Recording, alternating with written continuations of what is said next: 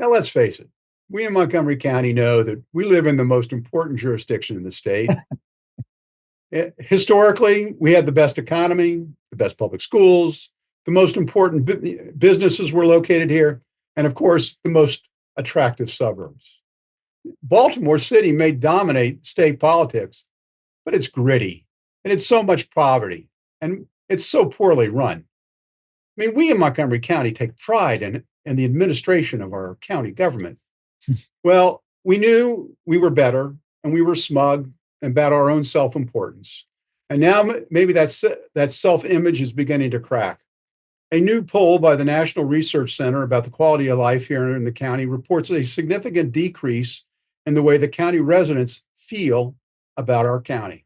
Mike, a majority thinks that the availability of affordable housing is getting worse. The availability of affordable housing is a huge problem, with just 18% of respondents rating it positively. And that's down from 27% in earlier surveys. And what it all comes down to, it means that your children are not going to be able to live in the neighborhood that they grew up in. Mm-hmm. No, I think that's a real challenge. And I think, interestingly, it's not uniquely a Montgomery County challenge. We're seeing housing prices increase across the entire country. And while the housing piece, I think, is significant, when I looked at that survey, which is something that's done every 2 years, and so it's actually a really nice longitudinal piece to be able to see kind of how people's attitudes and opinions in the county have changed since the late 20-aughts. And so I think the housing is a piece, but I think that's something that we're all wrestling with across the country. But when I look at things like sense of community is declining, a place to retire is declining, availability of affordable quality childcare and preschool, value of services for taxes paid, looking at all of those elements really kind of begin to show that there's a bigger fracturing, of which the housing piece is a significant piece, but not the most. I don't think most of the most significant. I think we're starting to see those opinions change on those other areas. It really shows that we've got some real challenges to confront. So, Stacey, the last Republican elected to the county council, Howie Dennis, used to say that Montgomery County residents hate our taxes, but we love our services.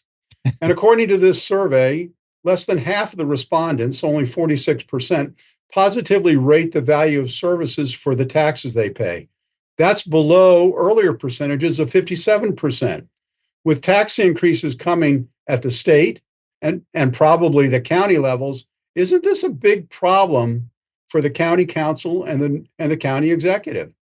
Yes, absolutely, it is. And the question to me is whether or not they're going to keep that top of mind, where they typically rationalize their actions as just and right, no matter the cost or consequences. And sometimes I feel like our county council makes the state legislature look like preschool where budgeting and spending is concerned.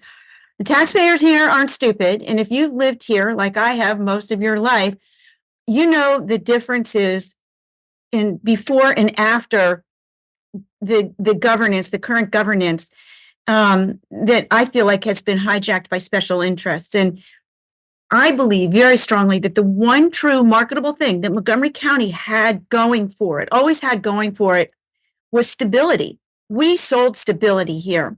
And because of that, we had a great economy and we had an enviable school system and our streets were much safer. We don't have that as much anymore. Our consecutive councils over the past 2-3 decades perhaps have squandered a large part of that. And now it seems in some ways we're just a mere caricature of what we once were. So I think that we have to really, really take a close look, as I mentioned earlier, pet projects, special interest, and boutique interest, and try to cut some of the spending and fat there and get us back on a path of stability. Well, Mike, Stacey touched on this and you touched on it in your opening remarks. The crown jewel of Montgomery County has always been education. And for at least a decade, maybe more, the quality of public school education has been declining. Report after report quantify that a majority of students graduating from MCPS schools are below grade level in math and reading. And while there are some exceptions to some exceptional schools, the overall, the value of a Montgomery County education is declining, and parents know this, and it was reflected in the responses. So how do we reverse that And is it just a matter of stabilization, or is it focusing on other things? Well, I think it's focusing on a variety of things. I mean, Stephen Fuller, who at George Mason, has done kind of economic analysis for the entire region for the last 20 years, and now the institute is named after him there. Pointed out back in the late 2010s, 2012s, that we are overly reliant on federal resources here in the region, in Montgomery County in particular. And we didn't really double down. It was easy to accept that. And the reality is that we needed to continue to grow our private sector in ways that we did not focus on. So that's going to be a really important piece that we're going to have to figure out how to address realistically. Education, I think our new superintendent has a plan of how to try to begin to address some of the issues. The challenge that we have is, and this is where I struggle with kind of the leadership from the county executive and to some degree the county council, is we're letting the superintendent basically put a massive increase on the table. And no one has actually engaged with that to understand kind of how that's going to fit within anything else. What can we do? What can't we do? And effectively, everyone's now massing at the borders. A $330 million increase for our school budget is huge, is astronomical. And to let that kind of get put out without some conversation with the school system to be able to say, where does that fit relative to the other things that we need to focus on while doubling down on how we can make our education system stronger, I just puts us in a position where I'm not even sure how they dig themselves out of it, because now you've already got the battle lines are drawn. And so we've got to be able to now kind of walk some of that back, and that's going to be hard. It's going to be real hard with such a strong lobby with the teachers union supporting the increases that the superintendent has been recommending. Stacey, you touched on this earlier and when you talked about it, but crime is clearly on the minds of residents, as reflected in this poll, which says 14% say crime is getting better, but 43% say crime is getting worse.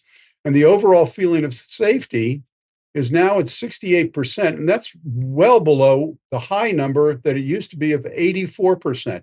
That's a 20% drop. That's precipitous in how people feel about their own personal safety in the county.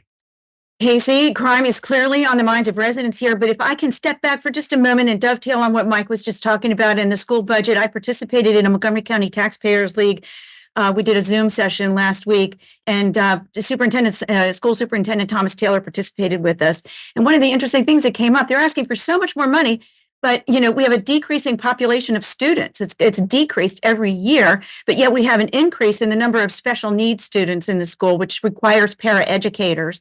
And that's a huge part of the budget. So there was no close analysis on why that is the case. Anyway, getting back to the crime, I mentioned about the decreasing stability here in Montgomery County, and crime is one of the highest concerns, as you saw in that survey, of our citizens.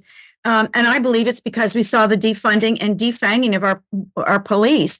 And we have staffing shortages in law enforcement with approximately, I think, around 128 vacancies being reported in just the Patrol Services Bureau alone. This impacts the department's ability to respond swiftly to any criminal activity. And we also have a more lenient judicial system compared to Virginia, with stricter laws and harsher penalties. And keep in mind, we border Washington, D.C. and PG County, both of which have higher crime rates. So it wouldn't surprise me that we have criminals migrating into Montgomery County. Fortunately, homicides are down, but residents, they don't need to hear or see anything on the news because they're seeing it in their neighborhoods, the crime that's going on. And some of the statistics that came out recently from 2023 showed that auto thefts were up 131%. Non-commercial robberies are up 27%, and shoplifting rose something like 38%. These are real quality of life issues, Casey. And so it's understandable why this important survey revealed that residents are feeling less safe here. Well, you're absolutely right. And I mean, I think some shocking things were revealed in this survey. And as Mike said, it's a good timeline to every 2 years to take a look at how the county residents feel about the place where we call home.